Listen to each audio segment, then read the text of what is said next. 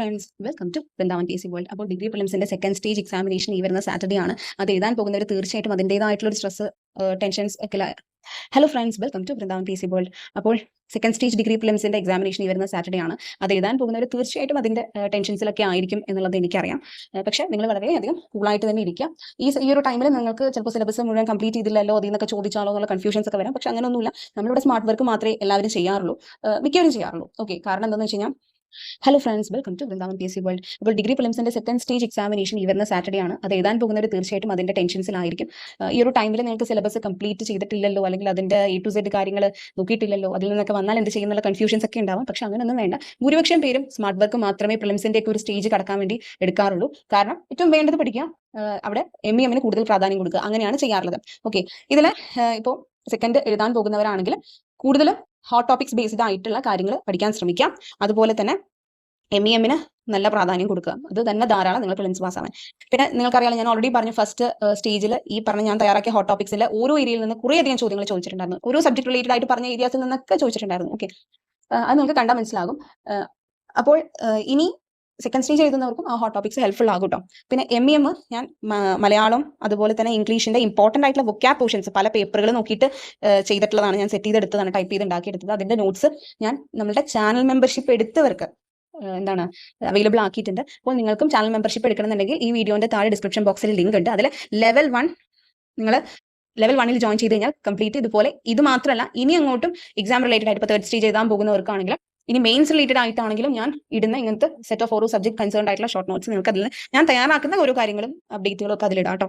Okay, ഇനി നിങ്ങൾക്ക് എപ്പോൾ വേണമെങ്കിലും ഇതെന്താണ് മെമ്പർഷിപ്പ് വേണമെങ്കിൽ ക്യാൻസൽ ചെയ്യുകയും ചെയ്യാം. അപ്പോൾ അതിനെക്കുറിച്ച് നിങ്ങൾ ബോധേഡാവണ്ട. ഇപ്പോൾ ഈ ഒരു നോട്ട് നിങ്ങൾക്ക് ഹെൽപ്ഫുൾ ആണെന്ന് തോന്നുന്നുണ്ടെങ്കിൽ നിങ്ങൾക്ക് അത് ആക്സസ് ചെയ്യാം. ഓക്കെ, ഇപ്പോൾ ഇന്നത്തെ എക്കണോമിക്സിനെ കുറിച്ച് പറയാനാണ് ഞാൻ വന്നിട്ടുള്ളത്. എക്കണോമിക്സിന്റെ ഞാൻ കുറച്ച് ഇതേപോലെ സെറ്റ് ചെയ്തെടുത്തിട്ടുണ്ട്.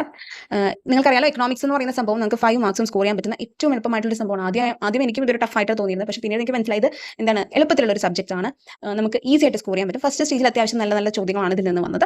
ഇത് ബുദ്ധിമുട്ടുള്ളവർ തീർച്ചയായിട്ടും അതിന് പ്രാധാന്യം കൊടുക്കണം. 2021 മുതൽ 25 വരെ ഡിഗ്രി പ്രിലിംസിന്റെ ഇതിൽ നടന്ന ക്വസ്റ്റ്യൻ പേപ്പേഴ്സ് നിങ്ങൾ വർക്ക്ഔട്ട് ചെയ്തിട്ടുണ്ടെങ്കിൽ നിങ്ങൾക്ക് എക്കണോമിക്സിന്റെ ഭാഗത്ത് നിന്ന് എന്തൊക്കെയാണ് വരുന്നത് മനസ്സിലാക്കാൻ പറ്റും. കാരണം ഒരു സർട്ടൻ % എന്തായാലും റിപ്പീറ്റ് ചെയ്യാറുണ്ട് എക്കണോമിക്സിന്റെ ഭാഗത്ത് നിന്ന്. നിങ്ങൾ ക്വസ്റ്റ്യൻ പേപ്പേഴ്സ് മസ്റ്റ് ആയിട്ട് ചെയ്യണം. എന്നാലേ നിങ്ങൾക്ക് ആ ഒരു പാറ്റേൺ മനസ്സിലാകുള്ളൂ. അത് ഈ സബ്ജക്റ്റിന് മാത്രമല്ല, ഏത് സബ്ജക്റ്റിനാണെങ്കിലും അവർ കുറേയധികം കാര്യങ്ങൾ റിപ്പീറ്റ് ചെയ്യുന്നതായിട്ട് കണ്ടിട്ടുണ്ട്. അതുകൊണ്ടാണ് കേട്ടോ പറയുന്നത്. അപ്പോൾ ഇതുവരെ ഈ ക്വസ്റ്റ്യൻ പേപ്പേഴ്സ് ഇല്ലാത്തവരുണ്ടെങ്കിൽ എൻ്റെ ടെലിഗ്രാം ചാനലായ വൃന്ദാവൻ PSC വേൾഡിൽ ജോയിൻ ചെയ്ത് എനിക്ക് ഡയറക്റ്റ് മെസ്സേജ് ചെയ്ത് കഴിഞ്ഞാൽ നിങ്ങൾക്ക് ഞാൻ ഇതിന്റെ ഡീറ്റെയിൽസ് പറയാം. ഞാൻ ഈ പേപ്പേഴ്സ് തരുമ്പോൾ ഇത് മാത്രമല്ല, കുറച്ച് മെയിൻസിന്റെ പേപ്പേഴ്സും കൂടെ തരും.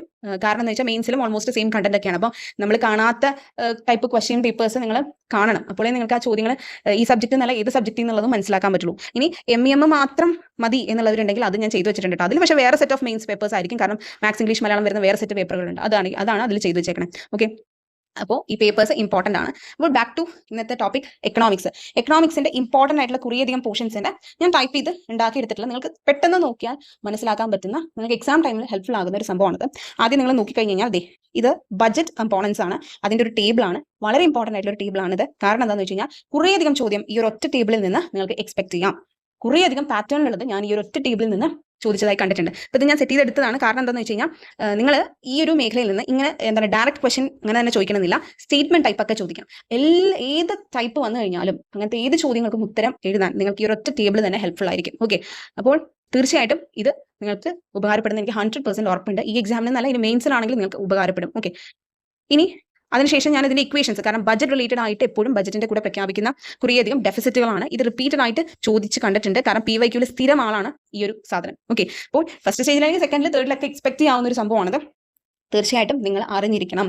ഓക്കെ, അതും എഴുതി വെച്ചിട്ടുണ്ട്. പിന്നെ യൂണിയൻ ബഡ്ജറ്റിന്റെ കാര്യങ്ങൾ, ലേറ്റസ്റ്റ് 26-27 കാര്യങ്ങൾ ഇവിടെ എഴുതിയിട്ടുണ്ട്. കാരണം കുറേയധികം ചോദ്യങ്ങൾ ഇങ്ങനെ വരാറുണ്ട്. ഏറ്റവും കൂടുതൽ വരുമാനം ലഭിച്ച മേഖല ഏതാണ്, എത്ര ശതമാനമാണ്, അതാണ് ശതമാനം അടക്കം എഴുതിയത് കേട്ടോ. പിന്നെ എക്സ്പെൻഡിച്ചർ, ഏറ്റവും കൂടുതൽ എക്സ്പെൻഡിച്ചർ ഏത് മേഖലയിലാണ്, എത്ര ശതമാനമാണ്. ഇത് ഫസ്റ്റ് സെക്കൻഡ് വരെയെങ്കിലും, ഒരു തേർഡ് വരെയെങ്കിലും നോക്കണം. അതാണ് അത്രയും എഴുതിയത് കേട്ടോ. ഇത് 26-27 ബഡ്ജറ്റ് റിലേറ്റ് ചെയ്ത് പറഞ്ഞാണ്. പിന്നെ നമ്മുടെ പോളിസി റേറ്റ്സ്, മോണിറ്ററി പോളിസിയുമായിട്ട് ബന്ധപ്പെട്ട് പഠിക്കേണ്ട ഒരു സംഭവമാണിത്. ഇത് ഓരോ റേറ്റുകൾ നിങ്ങൾക്ക് ഇതിന്റെയൊക്കെ ഡെഫിനിഷൻ അറിയാമെന്ന് വിചാരിക്കുന്നു. അതിന്റെ ഡിസ്ക്രിപ്റ്റീവ് സൈഡ് ഒന്നും എനിക്ക് എഴുതാൻ പറ്റിയിട്ടില്ല. കാരണം ഇത് നിങ്ങൾക്ക് ക്വിക്ക് റിവ്യൂ എന്നുള്ള രീതിയിൽ ചെയ്തതാണ്. നിങ്ങൾക്ക് അറിയാമെന്ന് വിചാരിക്കുന്നു. ഇതിന്റെ എല്ലാത്തിന്റെ ശതമാനവും നോക്കണം. ഇതിന്റെ ഒരു ഇൻക്രീസിംഗ് അല്ലെങ്കിൽ ഡിക്രീസിംഗ് ഓർഡർ നിങ്ങൾ നോക്കണം. ഏതാണ് വലുത്, ഏതാണ് ചെറുത്. അതുപോലെ തന്നെ ഇതിൽ ഷോർട്ട് ടേം ലോൺസ് ഏതാണ്, ലോങ് ടേം ലോൺസും ഏതാണെന്ന് നിങ്ങൾ നോക്കിയിരിക്കണം കേട്ടോ എക്സാമിന് മുൻപ്. പിന്നെ നാഷണൽ ഇൻകം ആയിട്ട് റിലേറ്റ് ചെയ്തിട്ടുള്ള ഇമ്പോർട്ടന്റ് ഇക്വേഷൻസ് ആണ്. ഇത് ഡയറക്റ്റ് NCERT-യിലെ ഒരു ടേബിൾ ആണ് കേട്ടോ. കാരണം NCERT എന്നാണ്, അതാണ് കുറച്ചും കൂടെ നല്ലതെന്ന് തോന്നി. കാരണം കുറേയധികം ഡിസ്ക്രിപ്റ്റീവ് ആയിട്ടുള്ള കാര്യങ്ങളും ഇൻ കേസ് നിങ്ങൾക്ക് ഒന്ന് അറ്റ് ഗ്ലാൻസ് ഡെഫിനിഷൻ നോക്കണമെങ്കിൽ അതൊക്കെ ഇതിൽ ഉൾക്കൊള്ളിച്ചിട്ടുണ്ട്. അപ്പോൾ ഈ ഒരു ടേബിളൊക്കെ നമ്മൾ ഡീറ്റെയിൽഡ് ആയിട്ട് ഞാൻ ക്ലാസ് പോലെ എടുത്തിട്ടുണ്ട്. എക്കണോമിക്സിന്റെ ക്വസ്റ്റ്യൻസ് കുറച്ച് ഡിസ്കസ് ചെയ്ത സമയത്ത് ഞാൻ ഡീറ്റെയിൽ ആയിട്ട് തന്നെ ഇത് ഓരോന്നും പഠിപ്പിച്ചിട്ടുണ്ട്. ഓക്കെ, അപ്പോൾ അത് തന്നെ വരികയും ചെയ്തു കണ്ടോ. ഫസ്റ്റ് സ്റ്റേജിൽ അത് തന്നെ വരികയും ചെയ്തു. കാരണം അത്ര ഇമ്പോർട്ടൻ്റ് ആണിത്. അതുപോലെ തന്നെ അതെ, ഇതൊക്കെ ടെക്സ്റ്റിന്റെ ഇടയിൽ കിടക്കുന്നതാണ്. ഇതൊന്നും ആരും ശ്രദ്ധിക്കില്ല. അതുകൊണ്ടാണ് ഞാൻ സെപ്പറേറ്റ് കട്ട് ചെയ്ത് പേസ്റ്റ് ചെയ്തത്. അപ്പോൾ ഈ കണ്ട നോട്ടിൽ ഓരോന്നും ഓരോ മേഖലകളാണ്. ഇത് നാഷണൽ ഇൻകം ആണെങ്കിൽ ഇത് മോണിറ്ററി പോളിസി ആയിട്ട് ബന്ധപ്പെട്ടതും ഇത് ബഡ്ജറ്റുമായിട്ട് റിലേറ്റ് ചെയ്തതാണ്. ഇത് വളരെ ഇമ്പോർട്ടൻ്റ് ആയിട്ടുള്ള എക്കണോമിക്സിലെ പോർഷൻസ് ആണ്. അപ്പോൾ എനിക്ക് ടൈം കിട്ടുന്ന അനുസരിച്ചാണ് ഞാൻ ഈ പറയുന്ന നോട്ട്സുകൾ ചെയ്യുന്നത്. അപ്പോൾ ബഡ്ജറ്റിന്റെ ഈ ഒരു സംഭവം കൂടെ ഷീറ്റും കൂടെ നിങ്ങൾ നോക്കിക്കോ. കാരണം ബഡ്ജറ്റ് റിലേറ്റഡ് ആയിട്ട് വലിയ വലിയ സ്റ്റേറ്റ്മെന്റ് ടൈപ്പ് ഒക്കെ വന്നാൽ ഇത് നിങ്ങൾക്ക് ഹെൽപ്ഫുൾ ആകും. 26-27 ബഡ്ജറ്റാണിത്. എനിക്ക് ആ ഫസ്റ്റ് സ്റ്റേജിന്റെ ടൈമിൽ ഇടാൻ പറ്റിയില്ല. ബട്ട് ദൈവഭാഗ്യത്തിൽ അതിൽ ചോദിച്ചില്ല കാര്യമായിട്ട്. പക്ഷേ സെക്കൻഡിലും തേർഡിലും നമുക്ക് പറയാൻ പറ്റില്ല. അപ്പോൾ അതും കൂടെ ഞാൻ ഇത് അതായത് നമ്മുടെ നോട്ട്സ് കിട്ടുന്ന അതേ ഇതിൽ തന്നെ ഇടാം കേട്ടോ. ഓക്കെ, അപ്പോൾ എനിക്ക് ക്ലാസ് പോലെ ഒന്നും ഇപ്പോൾ ഈ നോട്ട് എക്സ്പ്ലെയിൻ ചെയ്യാൻ പറ്റാത്തതിന്റെ കാരണം ഞാൻ ഈ SCERT ക്ലാസ് കംപ്ലീറ്റ് എടുക്കുന്നുണ്ട് 5 തൊട്ട് 10 വരെയുള്ളത്. അപ്പോൾ അത് LGS LDC VFA കണക്കാക്കിയിട്ട് മെയിൻസ് വരെ വാലിഡിറ്റി കിട്ടുന്ന തരത്തിൽ എക്സ്ട്രാ ഫാക്ട്സോട് കൂടിയാണ് ക്ലാസ് എടുക്കുന്നത് കംപ്ലീറ്റ്. ഓക്കെ, അപ്പോൾ ഇത് എടുത്തു തീർക്കണം. കാരണം ഇതെന്ന് പറയുന്നത് 10th ലെവലിൽ മാത്രമാണ്, ഒരിക്കലും നിങ്ങൾ വിചാരിക്കരുത് ഡിഗ്രിക്കും ഉണ്ട്. കാരണം മെയിൻസിൽ ഞാൻ ഇതിൽ നിന്ന് 5ാം ക്ലാസ്സിൽ പാടത്തിൽ നിന്നൊക്കെ ചോദിച്ചിരിക്കുന്നത് കണ്ടിട്ടുണ്ട്. അപ്പോൾ ഈ SCERT ഡിഗ്രിക്ക് ഇമ്പോർട്ടൻ്റ് ആയത് തന്നെയാണ്. അപ്പോൾ SCERT ക്ലാസ്സിലൊക്കെ നിങ്ങൾക്ക് ജോയിൻ ചെയ്യാൻ താല്പര്യം ഉണ്ടെങ്കിൽ നിങ്ങൾക്ക് എത്രയും പെട്ടെന്ന് ജോയിൻ ചെയ്യാം. കാരണം മെയിൻസിന് ഇത് ആവശ്യം വരും എന്നെനിക്ക് 100% ഉറപ്പുണ്ട്. ഓക്കെ, അതുപോലെ തന്നെ മോക്ക് ടെസ്റ്റുകളും ഇതിന്റെ കൂടെ ചെയ്യുന്നുണ്ട്. അപ്പോൾ ഈ പറയുന്ന 10th ലെവൽ നോക്കുന്നവർക്ക് ഇതിലേക്ക് ജോയിൻ ചെയ്യാം കേട്ടോ. അത് കംപ്ലീറ്റ് എടുക്കുന്നുണ്ട്. അപ്പോൾ എനിക്ക് കിട്ടുന്ന ഓരോ ടൈമിന്റെ ഗ്യാപ്പിലാണ് ഞാൻ ഈ പറയുന്ന സംഭവം സെറ്റ് ചെയ്ത് തയ്യാറാക്കി ഓരോന്ന് നോക്കി ചെയ്യണത്. അതുകൊണ്ടാണ് എനിക്ക് വേഗം ഓരോന്ന് എക്സാമിന് മുമ്പ് എന്നുള്ള രീതിയിൽ അധികം ആ ഒരു ഫസ്റ്റ് സ്റ്റേജ് കഴിഞ്ഞിട്ട് ഒരു ഗ്യാപ്പ് അനുസരിച്ച് ഞാൻ ചെയ്യുന്നത് അതുകൊണ്ടാണ് കേട്ടോ. അപ്പോൾ പറ്റുന്ന മാക്സിമം ഇതുപോലെ ഒരു സബ്ജക്ട് റിലേറ്റഡ് ആയിട്ടുള്ളത് ഇടാൻ ശ്രമിക്കാം. പക്ഷെ അത് ഇനി അങ്ങോട്ടും ഉള്ളത് നിങ്ങൾക്ക് കിട്ടണമെന്നുണ്ടെങ്കിൽ എന്ത് തന്നെ വേണം, ആ ചാനൽ മെമ്പർഷിപ്പ് എടുക്കണം കേട്ടോ. ആ ഒരു ലെവൽ 1 എടുത്താൽ മാത്രമേ നിങ്ങൾക്ക് കിട്ടുള്ളൂ. അതിലേ ഞാൻ പോസ്റ്റ് ചെയ്യുള്ളൂ. ഇതൊക്കെ ഈ കംപ്ലീറ്റ് ഇനി ചെയ്തു വരുന്നതല്ല. ഓക്കെ, അപ്പോൾ സെക്കൻഡ് സ്റ്റേജ് എഴുതാൻ പോകുന്നവർ തീർച്ചയായിട്ടും നിങ്ങൾക്ക് പറ്റും എന്നുള്ള വിശ്വാസത്തിൽ തന്നെ പഠിക്കുക. ഇപ്പോൾ ഈ ഒരു ടൈമിൽ വേണ്ട കാര്യങ്ങളൊക്കെ നോക്കുക. മാക്സിമം ഈ പറയുന്ന ഇപ്പോൾ നിങ്ങൾ മെമ്പർഷിപ്പ് എടുത്തിട്ടുള്ളവരാണെങ്കിൽ തീർച്ചയായിട്ടും ആ മാത്സിന്റെ ഫോർമുലാസ് ഒക്കെ നോക്കുക. ഷോർട്ട് കട്ട്സിൽ ചെയ്യാൻ പറ്റുന്ന കാര്യങ്ങൾ അങ്ങനെ തന്നെ പഠിച്ചു വയ്ക്കുക. ഓരോ ടൈപ്പിനും ഓരോ രീതിയിൽ ചെയ്യാനുള്ള മെത്തേഡ്സ് ഉണ്ട്. അത് തീർച്ചയായിട്ടും നോക്കുക. ഇംഗ്ലീഷ്, മലയാളം അതിന്റെ ഗ്രാമർ പോർഷൻ നന്നായിട്ട് നോക്കുക. അതുപോലെ വൊക്കാബുലറി പോർഷനും നോക്കുക. അറിയാത്തത് ഒരിക്കലും ഒരു എക്സാമിനും അറ്റംപ്റ്റ് ചെയ്യരുത്, പ്രത്യേകിച്ച് പ്രിലിംസിനൊക്കെ. കാരണം പ്രിലിംസിനൊക്കെ ചെയ്ത് കഴിഞ്ഞ് കഴിഞ്ഞാൽ നമുക്ക് അത്രയും നെഗറ്റീവ് വരും. നമ്മളൊക്കെ ഒരു 60 above അറ്റംപ്റ്റ് ചെയ്യുന്ന രീതിയിൽ അങ്ങനെ മനസ്സിൽ വിചാരിച്ച് ചെയ്യാം. അറിയുന്നത് തന്നെ ആദ്യം എല്ലാം ചെയ്തു പോവാം. സെക്കൻഡ് ടൈം നിങ്ങൾ ഒന്നും കൂടെ റൗണ്ട് അടിക്കുമ്പോൾ എന്ത് ചെയ്യുക, എങ്ങനെയെങ്കിലും ഉത്തരത്തിലേക്ക് എത്താൻ പറ്റുന്നുണ്ടെങ്കിൽ അങ്ങനെയും ചെയ്യാൻ നോക്കുക. കാരണം നെഗറ്റീവ് മാർക്ക് വന്നു കഴിഞ്ഞാൽ ഭയങ്കരമായിട്ട് ഡ്രോപ്പ് ആകും. അപ്പോൾ ഏറ്റവും നല്ലത് അറിയുന്നത് ചെയ്യുക. കാരണം 1.25 മണിക്കൂർ എന്ന് പറയുന്നത് പെട്ടെന്ന് പോകും.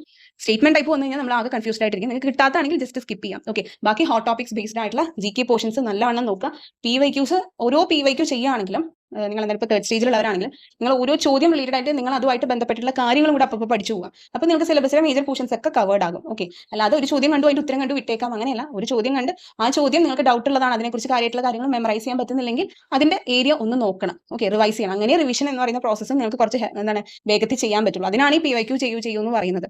ഓക്കെ, പിന്നെ അവർ എങ്ങനെയൊക്കെ ഏതൊക്കെ ട്രെൻഡിൽ ചോദിക്കുന്നുണ്ട് എന്നുള്ളതൊക്കെ മനസ്സിലാക്കാനാണ് മാക്സിമം നിങ്ങൾ പ്രീവിയസ് ഇയർ തന്നെ ചെയ്യൂ. കാരണം അതിന് എന്തായാലും ഒരു സർട്ടൻ % ചോദിക്കും. അത് നിങ്ങൾക്ക് എൻഷുർ ചെയ്യാൻ പറ്റും. മാത്സ്, ഇംഗ്ലീഷ്, മലയാളം നോക്കൂ.